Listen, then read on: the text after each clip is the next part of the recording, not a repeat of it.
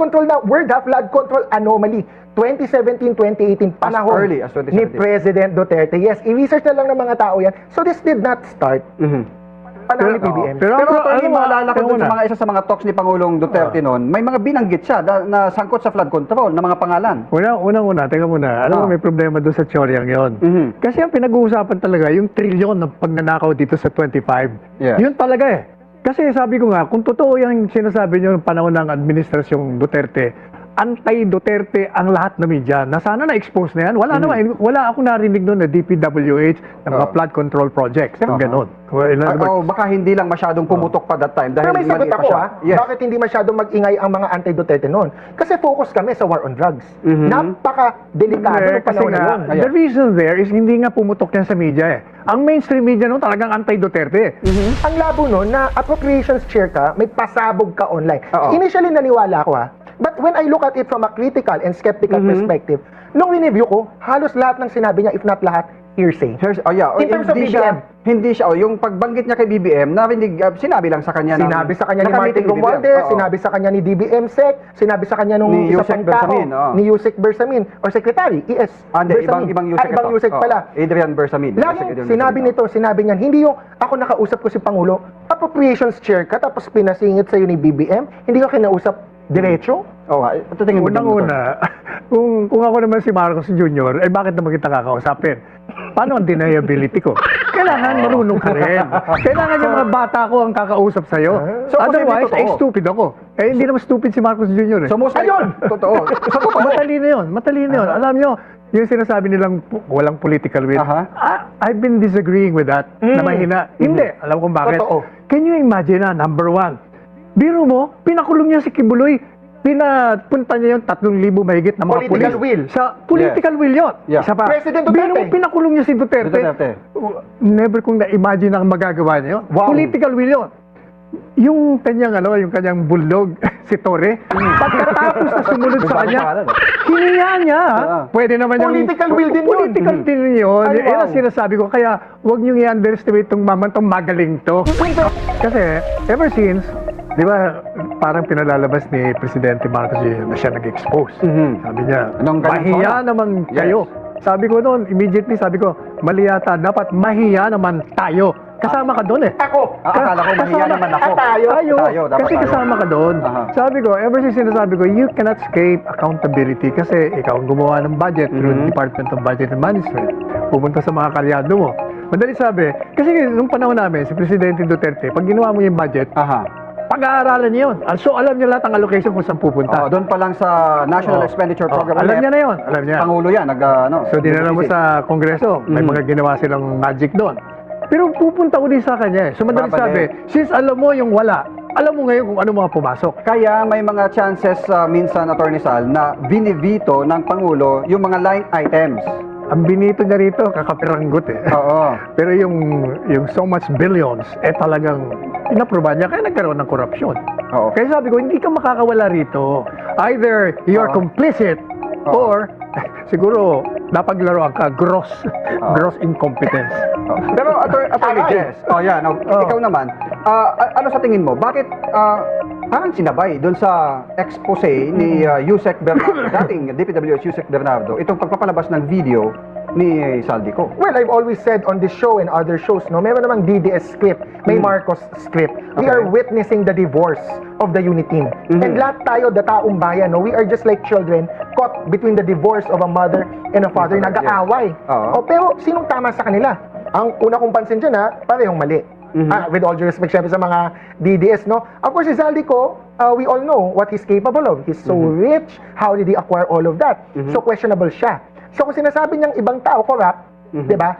Questionable din kung totoo yung mga tinuturo niya. Medyo naniniwala ako, hindi ko sinasabing hindi ako naniniwala sa kanya. Yung mga sinabi niya ba, Sa may mga- katotohanan ba yun? Sa Sa mga tingin mo? tinuturo niya. No, I mean, initially. Oo, na-hunch na parang, okay, siya mismo questionable, ilalaglag niya yung mga kapwa niya. Pero syempre, naaalala ko ang magnanakaw. Galit. Sa kapwa magnanakaw. Pero beside that, I have to emphasize, syempre to balance the discussion, si Saldico matagal na yung contractor. At hindi naman siya namayagpag sa panahon lang ni BBM. I have to say na mayagpag din siya sa panahon ni President Duterte.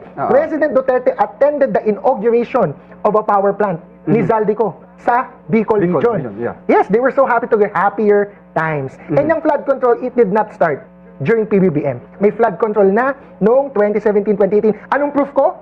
Senator Joel Villanueva, galit kay Zaldico, sinabi formally, laptop. Tapos si House Minority Leader or Majority Leader Rolando Andaya, magugugil ng mga tao Yes, to. oo. May pinasabog siya flood control. Yes. Flood control na word ha, flood control anomaly. 2017-2018, panahon early as 2017. ni President Duterte. Yes, i-research na lang ng mga tao yan. So this did not start panahon ni PBM. Pero Pero attorney, ano, maalala ko ano dun sa muna? mga isa sa mga talks ni Pangulong Duterte noon, may mga binanggit siya na sangkot sa flood control na mga pangalan. Unang-una, teka muna. Alam mo, may problema doon sa Choryang yon. Kasi ang pinag-uusapan talaga, yung trilyon ng pagnanakaw dito sa 25. Yes. Yun talaga eh. Kasi sabi ko nga, kung totoo yung sinasabi nyo ng panahon ng administrasyong Duterte, anti-Duterte ang lahat na media, na sana na-expose na yan. Wala naman. Wala akong narinig noon na DPWH ng mga flood control projects. Pero may binanggit siya sa mga one of the talks niya na may sangkot sa flood control dati na Si mga opisyal. Congressman Eric Yap, Oh, yeah. nilaglag ni May President nilaglag niya Duterte that noon. before. Rock netting sa Baguio. Sa Baguio issue. Flood control ang rock netting. Ano, dinimanda ba yun? Hindi. Yun nga, wala nga lang na demanda during that time. Ibig sabihin, walang ebidensya kung pag ganon. Baka hindi lang masyadong pumutok pa that time dahil Pero may sagot mali pa ako siya. Yes. bakit hindi masyadong mag-ingay ang mga anti-Duterte noon? Kasi focus kami sa war on drugs. Napaka-delikado ng Kasi panahon na yun. nga, the reason there is hindi nga pumutok yan sa media eh. Ang mainstream media noon talagang anti-Duterte. Anti-Duterte. Pero Lahat sinasyan daw ni President. Hindi, Pinasala hindi ng totoo ABS. yan ako.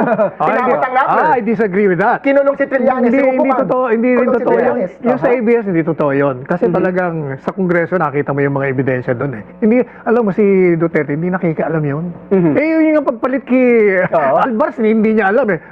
Pag landing niya, sa kanya lang nalaman, wala na palang speaker. Wala, hindi nakikaalam yun. Iba ang style nun eh. Balik tayo dun sa issue ni Zaldico, dun sa mga pinahayag niya ngayon.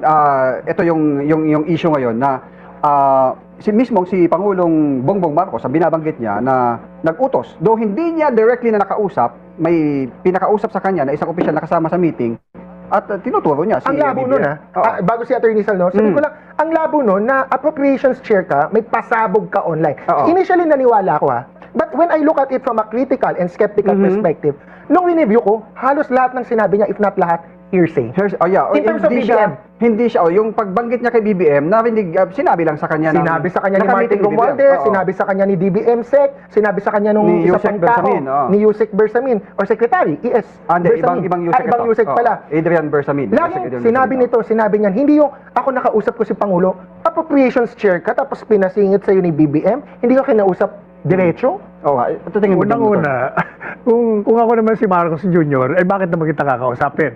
Paano ang deniability ko? Kailangan marunong ka rin. Kailangan yung mga bata ko ang kakausap sa'yo. So, Otherwise, posible totoo. stupid ako. Hindi naman stupid si Marcos Jr. So, most Ayun! Totoo. So, totoo. Matalino yun. Alam nyo, yung sinasabi nilang walang political will, I've been disagreeing with that, na mahina. Hindi. Alam kung bakit. Totoo. Can you imagine number one, biro mo, pinakulong niya si Kibuloy, pinapunta niya yung 3,000 mahigit na mga Political pulis. will. Sa political will yun. Yeah. Isa pa. President Duterte. Biro mo, pinakulong niya si Duterte.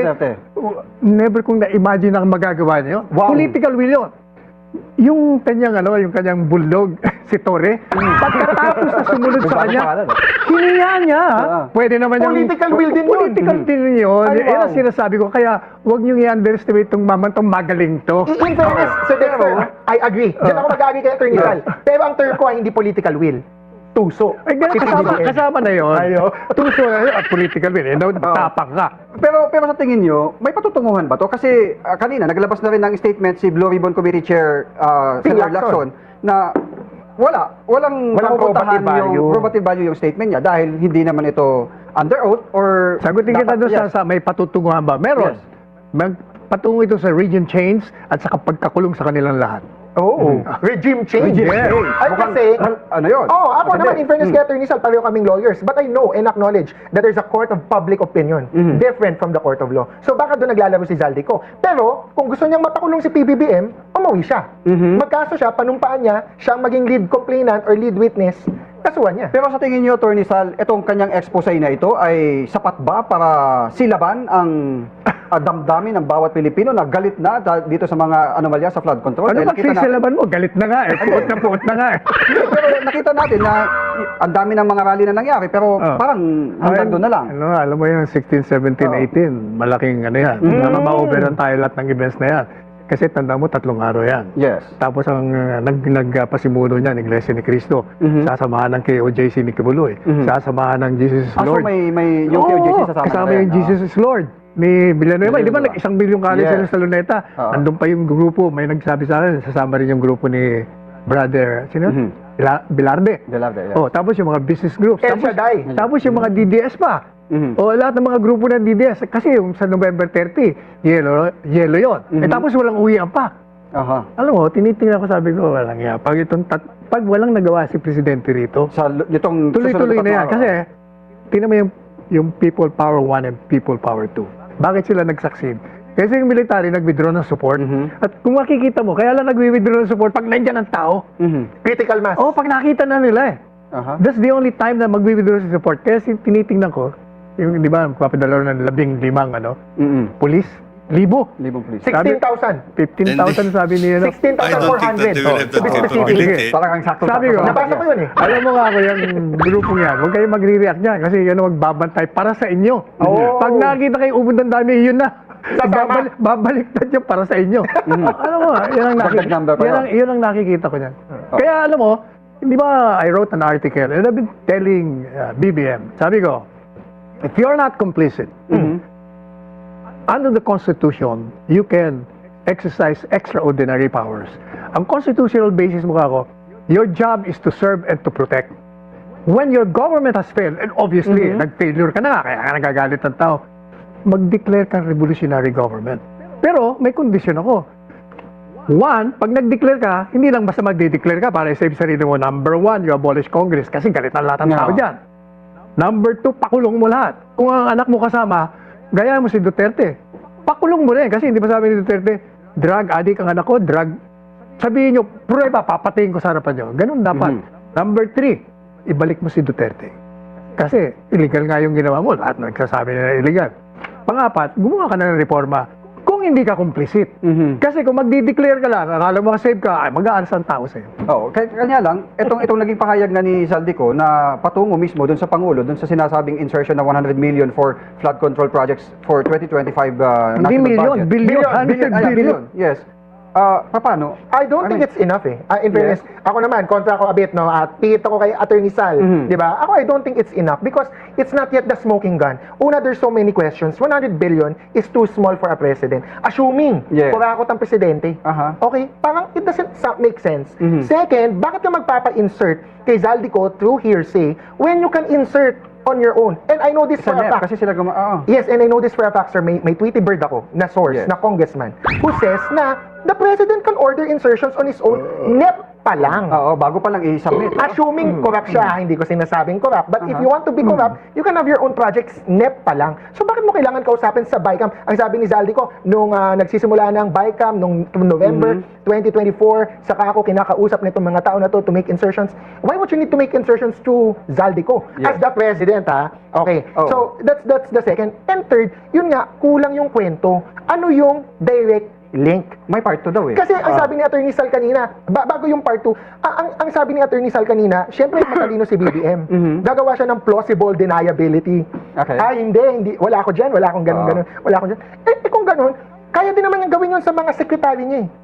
Mag-insert kayo dyan, SEC ng DPWH, DNR, DepEd, gawa kayo ng project, gawa kayo tapos wala kayong BBM.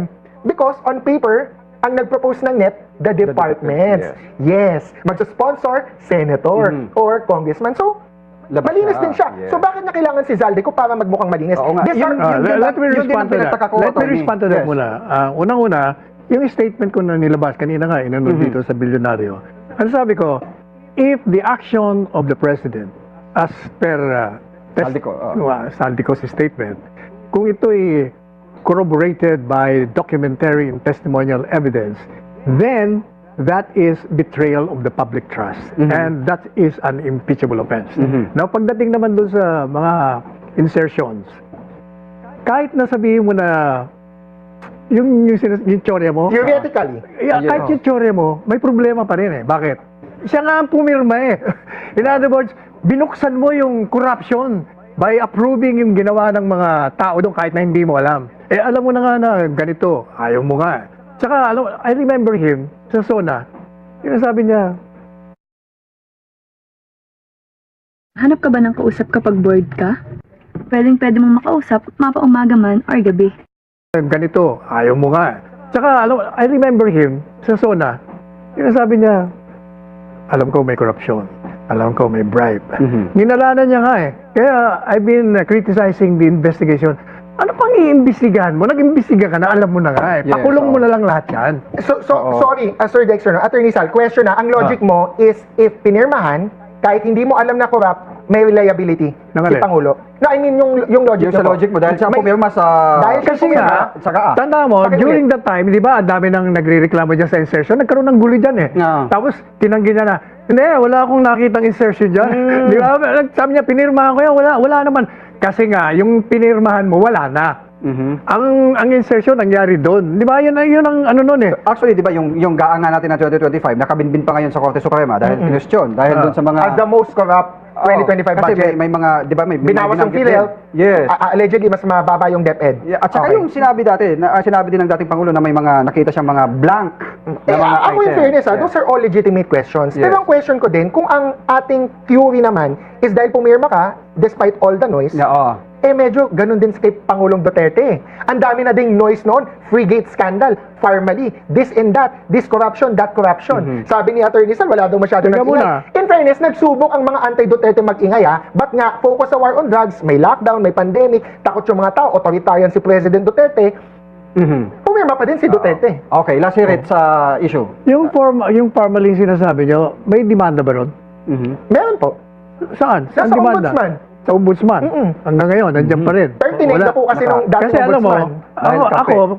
ako kasi noon, I remember, ang aking teorya doon, sabi ko, ano bang problema niyo sa Farmally? Sabi nila, ang pinaka-kontra nila, kasi binenta ng ubod ng mahal. Overpriced. Pero, nung in-examine, yung palang presyong yon at the time ng pandemic, kaya talagang mahal. Kaya ang tanong ko, simple lang ang tanong ninyo, yung kontrata ba may disadvantage sa gobyerno?